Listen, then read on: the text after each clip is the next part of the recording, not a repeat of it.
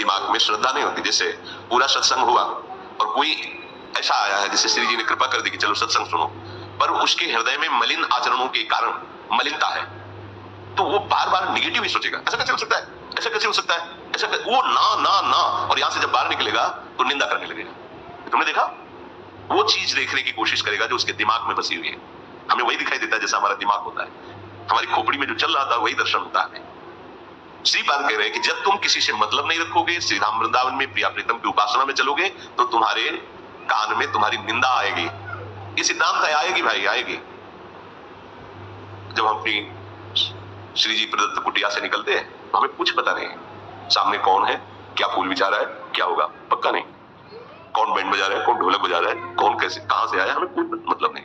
जहां अपनी कुटिया से निकले, अच्छा ये भी नहीं था कि कोई खड़ा होगा, पीछे देखो अकेले। ये सब जो हो रहा है महारानी जो से हो रहा है, किसी को फोन करके कभी कहीं नहीं, ना दीक्षा के लिए ना दर्शन के लिए, और हम निषेध ही करते हैं। शांत रहो, रात्रि का समय है, भजन करो चुपचाप। अब किस किस को संभाले हजारों, कोई चीख चीख के राधा राधा करे तो हमारी छाती फूल जाती है। हमारी स्वामी की जय जयकार कर, नौजवान जय श्री राधे जय श्री, एकदम ऐसा क्या दे दो इनको, क्या दे दो, पूरी रात्रि जगे होंगे जहां से आए होंगे, और ये सब हमारी श्री जी का प्रताप। लेकिन अब चश्मा बदल गया, अब आपको दिखाई देगा बाबा देखो कैसे लोगों को इकट्ठा कर रहा है अपने प्रचार प्रसार, रात्रि में बैंड बजवा रहा है, ढोल बजवा रहा है। सच्ची बात, मुझे कुछ पता नहीं होता कि कौन क्या कहां कैसे, उनका दर्शन है फूल रोड में फेंकवा रहा है बाबा जी, हमें नहीं पता है कि वो फूल फेंकेगा कि कांटा फेंकेगा, ईंट मारेगा, हमें कुछ नहीं पता है। हमारी श्री जी क्या कर रही है अब देखते रहते हैं, केवल उनका प्रताप चलता रहता है। पर जिनका चश्मा हरा है उन्हें हरा दिखाई देगा, लाल है तो लाल दिखाई देगा। भला ऐसी श्रद्धा से इकट्ठा कर लो, आप किसी प्रलोभन से इकट्ठा कर लो।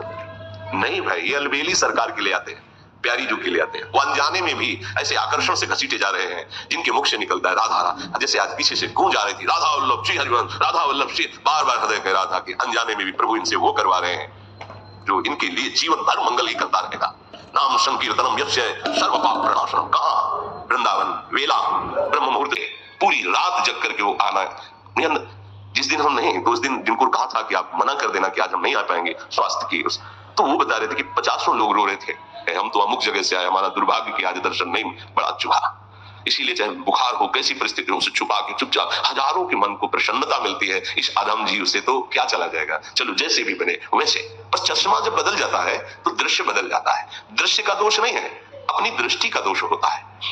निंदात मोचित निंदने ही न मनांग म्लानो पराध्यात्मनो। यदि प्रिया प्रीतम के प्रेम रस को प्राप्त करना है तो कह रहे हैं कि जिनका स्वभाव है निंदा करना, वो निंदा करेंगे, पर तुम्हें उनकी निंदा नहीं करनी है यदि प्रेम रस प्राप्त करना है। अभी जो ऊपर बताया कि कोई ब्रह्मानंद में मगन है, कोई गोविंद की बंधन भक्ति में, कोई गोविंद के दास्य भाव में, कोई शक्य, अलग अलग सब भगवदानंद, और कोई कोई तो परिवार के ही प्रेम में आ सकता है। लेकिन वृंदावन की महारानी जो की जिन पर विशेष कृपा हो गई, वो श्री राधा राधा राधा और उनकी चरणारविंद का आश्रय। पर आपको जब ये मार्ग मिल गया है तो फिर किसी को जानो नहीं, फिर किसी को नहीं, फिर तो प्यारी जी और प्यारे जो में आसक्त हो। कह रहे जब आप आसक्त होने के मार्ग में चलेंगे, उसी के आगे का श्लोक है, निंदात्मोचित निंदने ही न मनांग म्लानो पराध्यात्मनो। इनकी निंदा क्यों करवाते हैं जो परमार्थ में चलते हैं? सच्ची मानिए, वो ऐसा महाप्रेम रस देने वाले हैं कि जिसको सहन करने के लिए बहुत मजबूत हृदय चाहिए, बहुत मजबूत हृदय। विषयों का सेवन करने से इतना कमजोर हृदय हो गया है कि अपनी मान्यता से अधिक खुशी मिल जाने पर दिल फेल हो जाएगा, और जिनसे खुशी मिलती है उनके बिछुड़ जाने पर दिल फेल हो जाएगा। देखो देखो ना, अपनी मान्यता से अधिक खुशी, वो हृदय बर्दाश्त नहीं, और जिनसे हमें खुशी मिलती है वो वस्तु व्यक्ति पदार्थ नष्ट हो जाए तो हृदय फेल हो जाएगा। और यहाँ मोक्ष सुख का भी कोई प्रभाव न पड़े, ऐसे प्रेम सुख का अनुभव करना है तो प्रभु उसको अपमानित सम्मानित, अपमानित सम्मानित, तिरस्कार सम्मान, दोनों चीजें प्रदान करते करते ऐसा बना देते हैं। ये उनके सहना पड़ेगा, ये सहना पड़ेगा, पक्का समझो। अच्छा, नहीं आप परमार्थ में तो संसार में हो, तो संसार में नहीं सहना पड़ता क्या? तुम्हारी दुकान ज्यादा चलेगी तो बगल वाले तुम्हारी दुकान को बोलेंगे, ये तो तुम्हारी डॉक्टरी ज्यादा चलेगी, तुम बहुत अच्छे प्रवक्ता होगे तो दूसरे, ये चलता है संसार में, ये संसार का स्वरूप है। निंदात मोचित निंदने ही न, तुम्हारी जो निंदा करे तुम उसकी निंदा मत करना। मनांग म्लानो पराध्यात्मनो, अपने मन को मलिन मत करना, शोकित मत होना कि हमारी निंदा क्यों हो रही, हम तो सतमार्ग में चलते हैं, इसीलिए हो रही कि तुम और पक्के बनो, मजबूत बनो। देखो जब कोई निंदा होती है तो उस पर चिंतन होता है, स्वाभाविक है। अच्छा सुनोगे तो चिंतन होगा, बुरा सुनोगे तो चिंतन होगा। जब हमें बुराई सुनाई दी, हमारी निंदा सुनाई दी, तो हम उसको चेक करें, ये जो भगवान इनके अंदर प्रेरित करके निंदा करवा रहे हैं, क्या मेरे में वो दोष है, क्या हमने ऐसी कोई त्रुटि की है? नहीं, हमारे तो कोई संकल्प नहीं, हमारी कोई इच्छा नहीं, हमारा इसमें कोई दोष नहीं। तो फिर मेरे प्रभु मुझे सहाना चाहते हैं कि ऐसी बात को भी सहो, तो मुस्कुराकर सह लो। जब अपने प्रभु दे रहे हैं तो उनका प्रसाद हमारे दुख का नाश करके आनंद प्रदान करेगा। तो निंदा रूपी प्रसाद हमें मिल रहा है, बिल्कुल समझना होगा। अब हमारी कोई प्रशंसा कर रहा है, प्रणाम नमस्कार हो, तो चिंतन करो, तुम्हें ऐसी क्षमता है कि तुम्हें लोग प्रणाम करें? जब आप एकाग्रता से देखोगे अपने जीवन को तो लगेगा नहीं, तो फिर ये गुरुदेव और इष्ट देव को प्रणाम हो रहा है, तो तुम उनको प्रणाम करो जो तुम्हारे वेश को, तुम्हारे उद्देश्य को प्रणाम कर रहे हैं। तुम्हारा वेश गुरुदेव का है और उद्देश्य प्रिया प्रीतम है, तो इसलिए वो हमारे बंधनी हो गए जो हमारे उद्देश्य और वेश को प्रणाम कर रहे थे। अभिमान की कोई जरूरत नहीं, हर्ष करने की कोई जरूरत ही नहीं है, और शोक का तो कहीं कोई गुंजाइश ही नहीं है कि कोई निंदा करे तो आप मन को मिलान करके शोकित करके बैठ जाए कि हमारी निंदा हो रही। दंडे काकु परो वजानति परे मत्वा धर्मम स्वम स्थितम। अपराधी नहीं हो पर शरीर को दंड मिले तो दुखी मत होना। वर्तमान में अपराध नहीं, पग पग पर के बड़े बड़े महापुरुषों को देख, पग पग पर बड़े बड़े रोग, बड़े बड़े क्लेश, बड़ी बड़ी विपत्तियां। वर्तमान में पाप कर रहे हैं, बड़े मौज मस्ती से जुकाम भी नहीं हो रहा। वर्तमान में घोर साधन परायण है, भारी से भारी कष्ट, तो आपको लगेगा क्या है ये परमार्थ, ये क्या जानेंगे? जो वर्तमान के लौकिक मायाजनित सुखों को सुख मान करके फूले हुए हैं, ये तो निंदा करेंगे ही, ये तो अपमान करेंगे ही इनको। लेकिन जिनका आखिरी जन्म है ये भगवत मार्ग में जपने की प्रेरणा मिले और उसमें रुचि हो जाए तो जान लेना मेरा आखिरी जन्म है। नहीं, अनंत जन्मों का हिसाब किताब भस्म करके और इसी जन्म में जो 1 किलो का 1 ग्राम 2 ग्राम से भुगता दिया जाएगा, कितना सस्ता सौदा है, निपटा दो। प्राण दिए या प्रेम न पइए, ऐसो महंगो आए सकीरी। होश में, घबराने की जरूरत नहीं। महापुरुष जब पहले से बता रहे हैं ये भगवान ही है। जो भगवत प्राप्त महापुरुष हो जाते हैं वो भगवान हो जाते हैं। ब्रह्मविद ब्रह्मयु भवति, जो ब्रह्म को जान लेता है वो ब्रह्ममय हो जाता है। तस्मित् जने भेदाभावात्, भगवान और भगवान के भक्त में भेद का अभाव है, अर्थात भगवत स्वरूप हो जाता है। कहते दंडे काकु परो वजानति परे मत्वा धर्मम स्वम स्थिरम। ये जो अधर्म परायण जन है, पाप करने वाले लोग हैं, ये दंड देंगे बाहरी, और आंतरिक जो पूर्व जन्मों में हमारे कर्म हैं उनसे जो शरीर की रचना हुई वो दंड देंगे।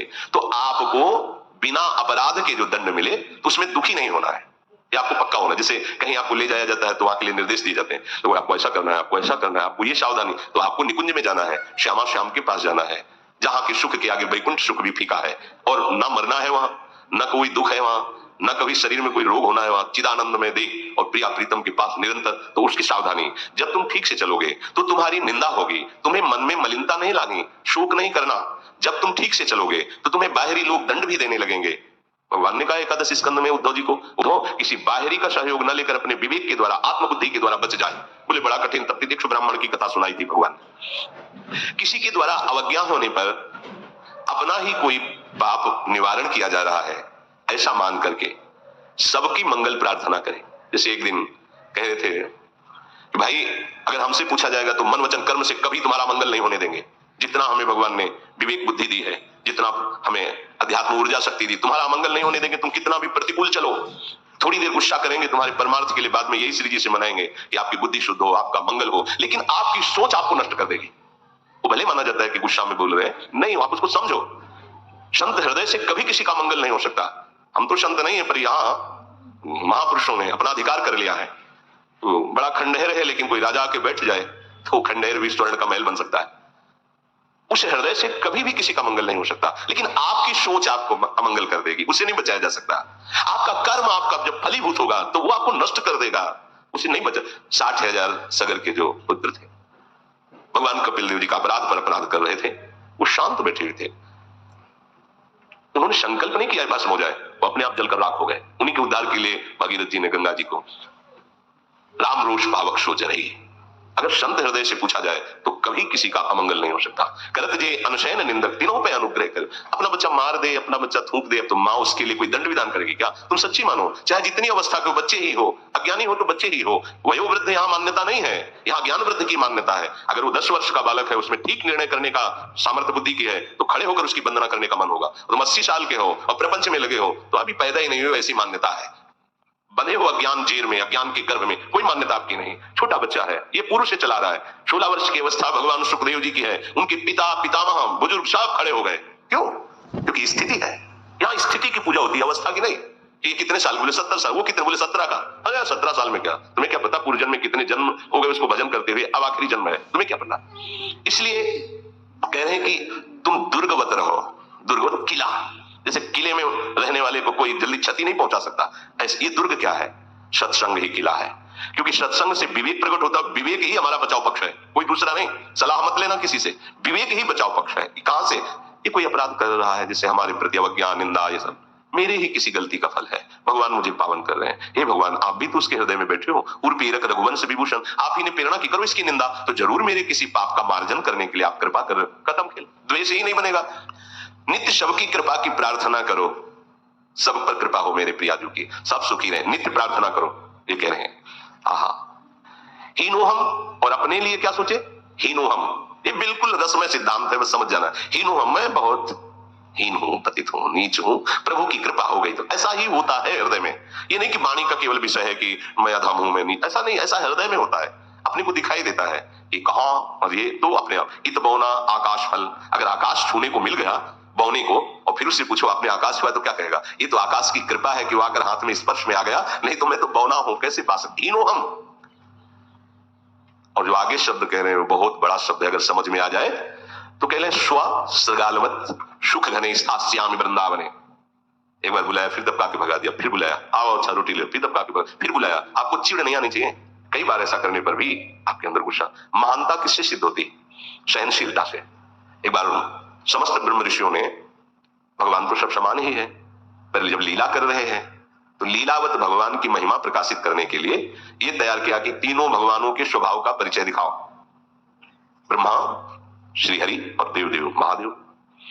अब उसके लिए सामर्थ्य भी तो चाहिए कि उनकी परीक्षा लेने के लिए। तो ब्रह्म स्वरूप में स्थित महाराज भृगु जी तैयार हुए, ब्रह्मा जी के पुत्र। ब्रह्मा जी के सामने गए, कोई प्रणाम नहीं, कोई नमस्कार नहीं, खड़े हो गए। जहां वेद भी स्तवन करते हैं वहां ऐसे ही खड़े हो गए।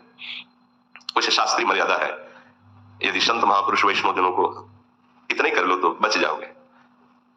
सिर कट तुमरी समतुला जय न नमत हरि गुरुपद, हमारे पुण्य नष्ट हो जाएंगे। अगर कोई महापुरुष संत पधारे, गुरुजन पधारे, आप खड़े नहीं हुए तो आपके सुकृत नष्ट हो जाएंगे, मर्यादा है। अगर आप नहीं खड़े होने लायक है तो जहां है वहीं से मानसिक, इतना तो चाहिए। ब्रह्मा जी के सामने जहां वेद ब्रह्म ऋषि सब स्तवन करते, ऐसे जा खड़े हो गए। ब्रह्मा जी ने देखा, फिर सोचा पुत्र ही है, कोई बात, पर ब्रह्म चढ़ गए, वहां कुछ नहीं बोले, निकल गए।